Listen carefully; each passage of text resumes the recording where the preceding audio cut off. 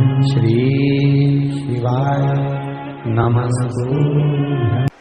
सोमवार की अष्टमी का मतलब बताया था जिस दिन शंकर और पार्वती के मिलन का दिवस हो, और केवल एक माता पार्वती के अकेले मिलन का नहीं, 64 योगनिया तक भगवान शंकर से मिलने के लिए आती है। कहते हैं सोमवार के दिन की अष्टमी पढ़ने पर, कौन से दिन? सोमवार के दिन कौन सी तिथि? जम के बोलो, अष्टमी।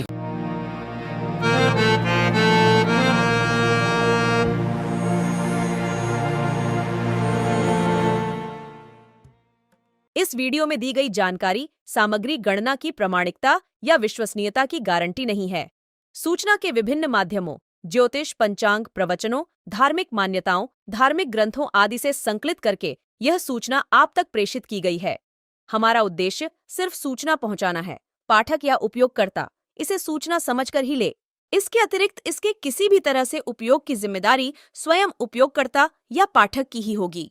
नमस्कार दोस्तों, स्वागत है आपका हमारे YouTube चैनल सांसारिक जानकारी पर। हम आपको यहाँ पंडित प्रदीप जी मिश्रा द्वारा बताए गए उपाय जो वे अपनी कथा में बताते हैं, उनकी जानकारी देते हैं, ताकि आपको एक ही जगह पर ही सारे उपाय मिल जाए। गुरु जी के बताए गए उपाय श्री शिव पुराण से जाने गए होते हैं, इसलिए निसंदेह भगवान शिव पे विश्वास रख कर करे। इस पुराण में शिव जी को वात्सल्य, दया और करुणा की मूर्ति के रूप में महिमामंडित किया गया है।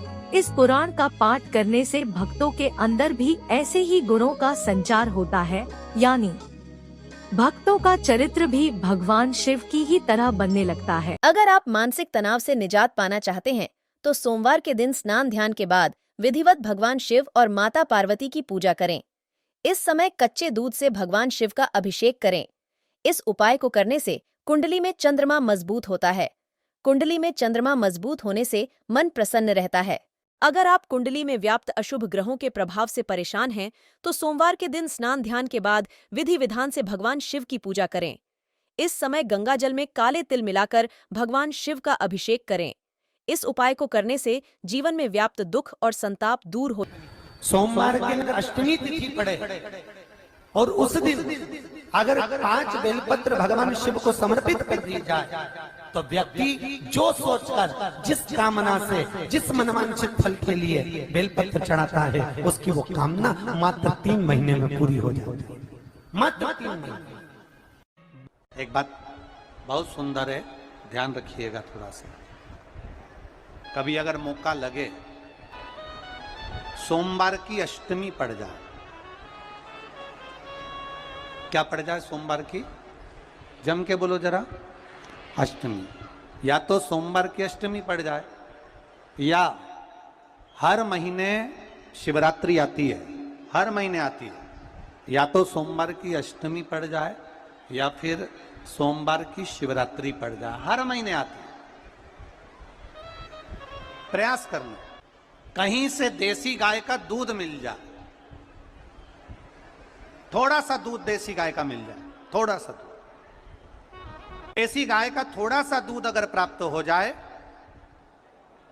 बेलपत्री के पत्ते से दूध कटोरी में लेकर, मात्र बेलपत्री के पत्रे से एक एक बूंद, अगर दूध आप एक बूंद अगर ज्यादा ना मिला हो, 1 चम्मच भी अगर आपको दूध देसी गाय का मिल गया हो, और सोमवार की अष्टमी पड़ जाए या सोमवार की, जम के बोलो, शिवरात्रि पड़ जाए, उसमें केवल अगर देसी गाय का दूध मिल जाए, जर्सी गाय का नहीं हो, देसी गाय का अगर दूध मिल जाए, बेलपत्री के पत्ते से, तुम्हारे घर के अंदर अगर शिवलिंग है या मंदिर में शिवलिंग है या तुम्हारे नजदीक में कोई शिवलिंग है, उस पर बूंद बूंद, एक एक बूंद अगर शिवलिंग पर दूध समर्पित कर रहे हो, श्री शिवाय नमस्तुभ्यम, नमः शिवाय, या षडाक्षर मंत्र ओम नमः शिवाय, या 33 अक्षर का मंत्र महामृत्युंजय मंत्र, इसका स्मरण कर कर शिव जी पर देसी गाय का दूध समर्पित कर कर इस बेलपत्री को अशोक सुंदरी वाली जगह पर अगर आप समर्पित कर देते हैं, फिर आप जिस भी चीज के लिए अप्लाई करें, मेरा देवाधिदेव महादेव आपका हाथ पकड़कर खींचकर आगे बढ़ा ही दे। मेहनत करना, कर्म पूरा करना, पढ़ाई अच्छी करना, और पढ़ाई के साथ में विद्या अध्ययन करने के साथ में अच्छी मेहनत के साथ में देसी गाय का दूध भगवान शंकर को समर्पित करना, भगवान शंकर को समर्पित करना। देसी गाय का दूध धीरे धीरे धीरे धीरे समर्पित करना, भावों के साथ अब समर्पित करें। देसी गाय का दूध एक एक बूंद समर्पित करिए, धीरे धीरे समर्पित करो। और देसी गाय का दूध जब धीरे धीरे समर्पित करें, बड़े रास्ती से आनंद से धीरे धीरे जब आप समर्पित करेंगे, बेलपत्री वही दूध में सनी हुई बेलपत्र अशोक सुंदरी वाली जगह पर, उस समय पर डंडी का भाग शिवलिंग की ओर नहीं होना चाहिए, उस समय पर डंडी का भाग जहां से पानी बहकर जाता है अशोक सुंदरी की ओर से, वहां पर होना चाहिए। कार्य में सफलता मिलती ही है। शिव तत्व को धारण कर पीला चंदन लगा लेना। कितना लगाना है? बीच वाला जो पत्ता है उस पर पीला चंदन। जब आपको लगे कि मेरा जीवन बहुत कष्टमय है, अब ये रोग, अब ये कष्ट दूर ही नहीं हो रहा, अब ये आए दिन तकलीफ पर तकलीफ बढ़ती जा रही है, आए दिन रोग बीमारी, पैसा घर में बच नहीं रहा, बहुत कष्टमय जीवन है, इसमें लगाओ पीला चंदन बेलपत्री की बीज पत्ती पर। महाराज, और बीज पत्ती पर जब चंदन लग जाए, लगने के बाद में ये दोनों पत्ती पर लाल चंदन लगा लीजिए। इन दोनों पत्ती के बीच में जो डंडी का भाग होता है, आपको कहा था, आपको स्मरण में होगा शायद, हमने जब बेलपत्री की महत्वता बताई थी तो उस बेलपत्री की महत्वता में कहा था ब्रह्मा विष्णु महेश ये तीन हैं, बोला था। बीच में ये बड़ी पत्ती से लेकर जो दो पत्तियां होती हैं, इनके बीच में जो जगह बचती है, इसमें मां पार्वती के 64 योगनियां, मां पार्वती अपनी पूर्ण सिद्धि के साथ में जितनी भी देवी के स्वरूप हैं, वो माता 64 योगनियां देवी के स्वरूप में यहां पर विराजमान होती हैं। दो पत्ती के नीचे से जो डंडी होती है नीचे तक, ये पूरी डंडी में 33 कोटि देवी देवताओं विराजमान होते हैं इस पूरी डंडी के अंदर।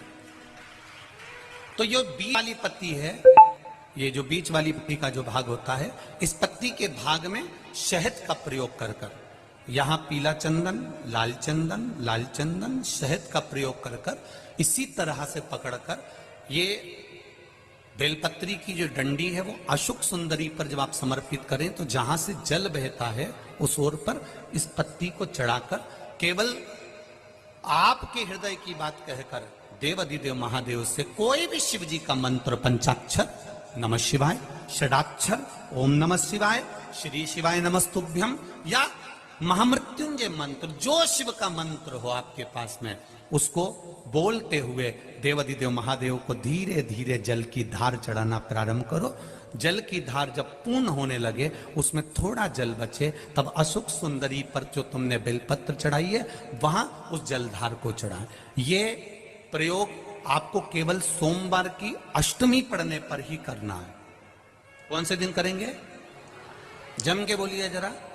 सोमवार की अष्टमी पढ़ने पर यह प्रयोग करें और जल चढ़ाकर बाबा से विनती कर कर उसी बेलपत्र को वापस उठाकर कहीं जलाशय में या किसी पेड़ के नीचे विसर्जन कर दें और एक लोटा जल वहां भी चढ़ा दें। बस निवेदन कर कर आ जाइए, मेरा बाबा 3 माह के अंदर हाथ जरूर पकड़ेगा और आपको दलदल से बाहर निकाल देगा। बात और आपसे कहेंगे, उतारिएगा। जिसके शरीर में सफेद चमड़ी पड़ने लगती है, चर्म रोग हो जाता है, या चेहरे पर आंख के पास में पूरा कालापन आ जाता है, उसको हमेशा याद रखना है, लाल चंदन का लेपन पीपल के पत्ते पर करिए। काय पर करना है? पीपल के पत्ते पर लाल चंदन का लेपन करिए। लेपन कर कर सोमवार की अष्टमी के दिन उसको लेपन कर कर वापिस निकाल कर शंकर भगवान पर उसका धीरे धीरे त्रिपुंड बनाकर लेपन करना प्रारंभ करिए। जब आप त्रिपुंड बनाकर लेपन करना प्रारंभ करें, उसके बाद उस चंदन को जो सोमवार की अष्टमी है तब निकाल कर लिया है और निकाल कर लाकर उसको डब्बी में रख लें। उस चंदन का प्रयोग चर्म रोग के स्थान पर थोड़ी थोड़ी मात्रा में करना प्रारंभ करें पानी के साथ मिलाकर, परंतु उस चंदन को केवल 6 से 7 दिन में प्रयोग करिएगा, ज्यादा नहीं। धीरे धीरे चमड़ी, परंतु उसको सोमवार की अष्टमी के दिन सिद्ध कर कर बनाना है, उसको सोमवार की अष्टमी के दिन चढ़ाना है। श्री शिवाय नमस्तुभ्यम या ओम नमः शिवाय या पंचाक्षर मंत्र या महामृत्युंजय मंत्र, जो आपको आता हो, शिव जी का जो नाम आपको याद हो उसको बोलकर चढ़ा, उसको लिया, फिर उसको अपने शरीर पर लगाना प्रारंभ करो। उसका फल आपको 15 दिन के अंदर धीरे धीरे धीरे धीरे प्राप्त होना प्रारंभ हो। लाल चंदन का प्रयोग शिव जी के लिए अवश्य। सोमवार के अष्टमी के दिन अशोक सुंदरी वाली जगह, सबको मालूम है ना अशोक सुंदरी की जगह, अशोक सुंदरी वाली जगह पर 7 हल्दी की बिंदी रख दी जाए। लड़का लड़की जिसका विवाह नहीं हुआ उसका हाथ रख दिया जाए, और वही हाथ के छापे पीपल के वृक्ष पर 5 लगा दिए जाएं। महाराज 3 महीने उसका विवाह पक्का हो जाता है। सोमवार की अष्टमी का इतना भाव है महाराज, सहज नहीं है सोमवार की अष्टमी। शिव और आद्य शक्ति का मिलन है सोमवार की अष्टमी। तो दोस्तों, यहाँ पे हमारी वीडियो समाप्त हुई। उम्मीद करती हूँ हमारी ये जानकारी आपको जरूर पसंद आई होगी। हमारी वीडियो को लाइक जरूर करें और हमारे चैनल को सब्सक्राइब और शेयर करना ना भूले। जय श्री राम,